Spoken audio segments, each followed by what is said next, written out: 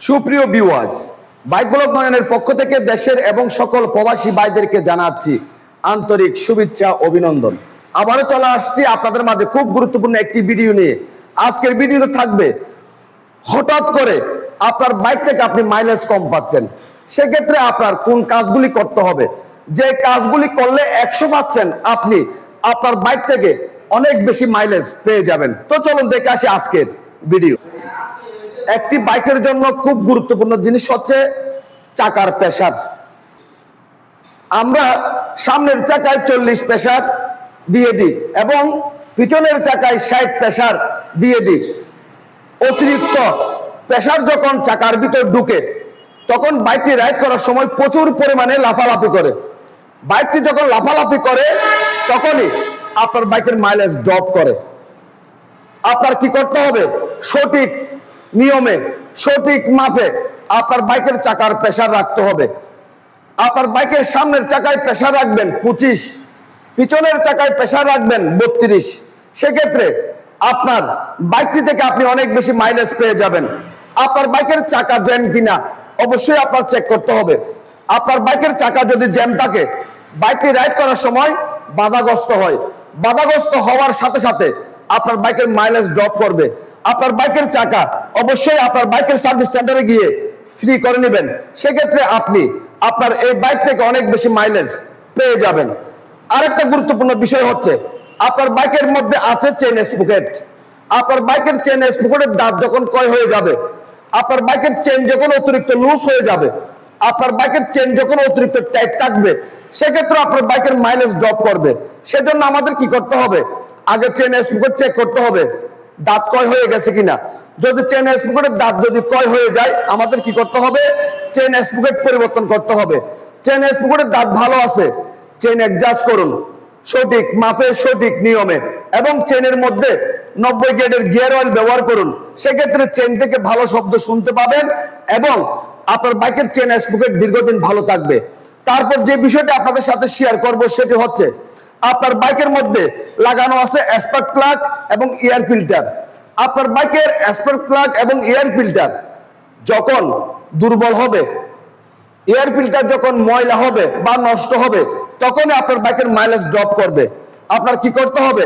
আপনার নিকটস্থ আপনার বাইকের সার্ভিস সেন্টার থেকে আপনার বাইকের স্পার্ক প্লাগ এবং এয়ার ফিল্টার পরিবর্তন করে নেবেন। এবং স্পার্ক প্লাগ লাগানোর সময় অবশ্যই স্পার্ক প্লাগের গ্যাপ কত রাখতে হবে? 0.7 থেকে 0.8 mm এর ভিতর আপনার বাইকের স্পার্ক প্লাগের গ্যাপ অবশ্যই রাখতে হবে। সেক্ষেত্রে আপনার বাইকটি থেকে আপনি অনেক বেশি মাইলেজ পেয়ে যাবেন। এখন যে বিষয়টা আপনাদের সাথে শেয়ার করব সেটা হচ্ছে আপনার বাইকের ইঞ্জিন হেডে দুটি ভাল্ব লাগানো আছে। একটি হচ্ছে ইনটেক বাল্ব, একটি হচ্ছে এক্সজস্ট বাল্ব। এই দুটি বাল্ব বিশেষ করে আমরা যে ভুলটা করে থাকি, অনেকে আমাকে কমেন্ট করে, ভাই সার্ভিস সেন্টারে গিয়েছি, ভাই গ্যারেজে গিয়েছি, টেপিট হাত দিয়ে অ্যাডজাস্ট করছে। এই ভুলটা করবেন না।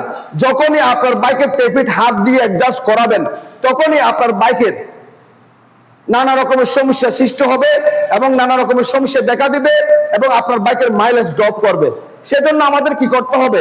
অবশ্যই ফিলার গ্যাস দিয়ে সঠিক মাপে টেপিট অ্যাডজাস্ট করতে হবে।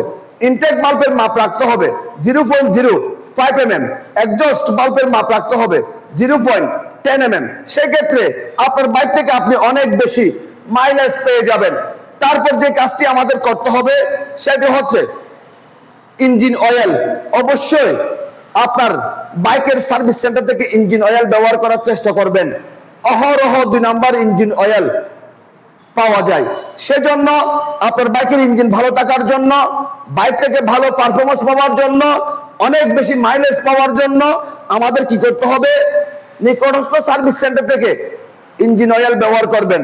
সেক্ষেত্রে 1 নাম্বার অয়েলটি পেয়ে যাবেন এবং আপনার বাইকটি চালিয়েও আপনি অনেক বেশি মজা পাবেন এবং বাইকের ইঞ্জিনও দীর্ঘদিন ভালো থাকবে। মাইলেজ কমে যাওয়ার আরেকটি গুরুত্বপূর্ণ বিষয় হচ্ছে ড্রাম রাবার বা কাপলিং রাবার। এই রাবারের মধ্যে এখানে গ্যাপ আছে। এই যে আপনারা দেখতে পাচ্ছেন, এই রাবারটির মধ্যে এখানে গ্যাপ করা আছে। এই গ্যাপগুলি যখন অতিরিক্ত গ্যাপ হয়ে যাবে, তখনই আপনার বাইকের মাইলেজ ড্রপ করবে। এখানে ইঞ্চি হিসাব হয় না, এখানে ফুট হিসাব হয় না, বাইকের মধ্যে হিসাব হয়।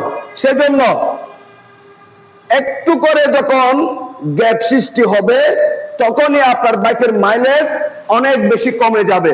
চেক করবেন, সাথে সাথে আপনার বাইকের ড্রাম রাবারটি পরিবর্তন করে দিবেন, আপনি আপনার বাইক থেকে অনেক বেশি মাইলেজ পেয়ে যাবেন। তারপর যে কাজটি আপনাদের করতে হবে সেটি হচ্ছে, আপনার বাইকের মধ্যে লাগানো আছে কার্বোরেটর। অবশ্যই আমাদের কি করতে হবে, যখনই আমরা বাইক থেকে মাইলেজ কম পাবো তখনই আমরা ভালো টেকনিশিয়ান দিয়ে W40 দিয়ে বাইকের কার্বোরেটর আমরা ওয়াশ করে নিব। কার্বোরেটর ওয়াশ করার পর আমাদের কি করতে হবে, কার্বোরেটরের মধ্যে দুটি স্প্রুক লাগানো আছে, একটি হচ্ছে বিসিএস স্প্রুক, একটি হচ্ছে আইডল স্প্রুক। বিসিএস স্প্রুকের কাজ কি, এয়ার এবং ফুয়েল অ্যাডজাস্ট করা। আইডল স্প্রুকের কাজ কি, বাইকের আরপিএম টুইনিং করা। এখন কথা হচ্ছে, আপনি মাইলেজ বেশি পাওয়ার জন্য আপনার বাইকের বিসিএস স্প্রুক আপনি কয় ফেসে রাখবেন? আপনার বাইকের বিসিএস স্প্রুক আপনি 2 ফেসের মধ্যে রাখবেন। সেক্ষেত্রে আপনি অনেক বেশি মাইলেজ আপনার এই বাইক থেকে আপনি পেয়ে যাবেন। আপনার বাইকটি 3 কিলোমিটার রাইড করবেন, 3 কিলোমিটার রাইড করার পর আপনার বাইকের ইঞ্জিন একটু গরম হবে। ইঞ্জিন যখন গরম হবে তখন আপনার বাইকের আরপিএম অ্যাডজাস্ট করবেন। কততে রাখবেন? 1400 প্লাস মাইনাস 100-তে আপনার বাইকের আরপিএম সেট করে নেবেন। সেক্ষেত্রে বাইক রাইড করার সময় আর বারবার বন্ধ হবে না। বাইকটি রাইড করার সময় বারবার যদি বন্ধ হয়ে যায় সেক্ষেত্রে আপনার বাইকের মাইলেজ কমে যাবে। অনেক বেশি মাইলেজ পাওয়ার জন্য আমাদের আরো একটু সচেতন হতে হবে। সেটি হচ্ছে, বাইক রাইড করার সময় আমরা ওভারলোড নিয়ে বাইকটি রাইড করব না, এবং বাইক রাইড করার সময় বারবার ব্রেক করা থেকে বিরত থাকবেন, বারবার ক্লাচ করা থেকে বিরত থাকবেন। আপনি যখনই ব্রেক করবেন, যখনই ক্লাচ করবেন, তখনই আপনার বাইকের টুটল ছেড়ে দিতে হচ্ছে বা টানতে হচ্ছে।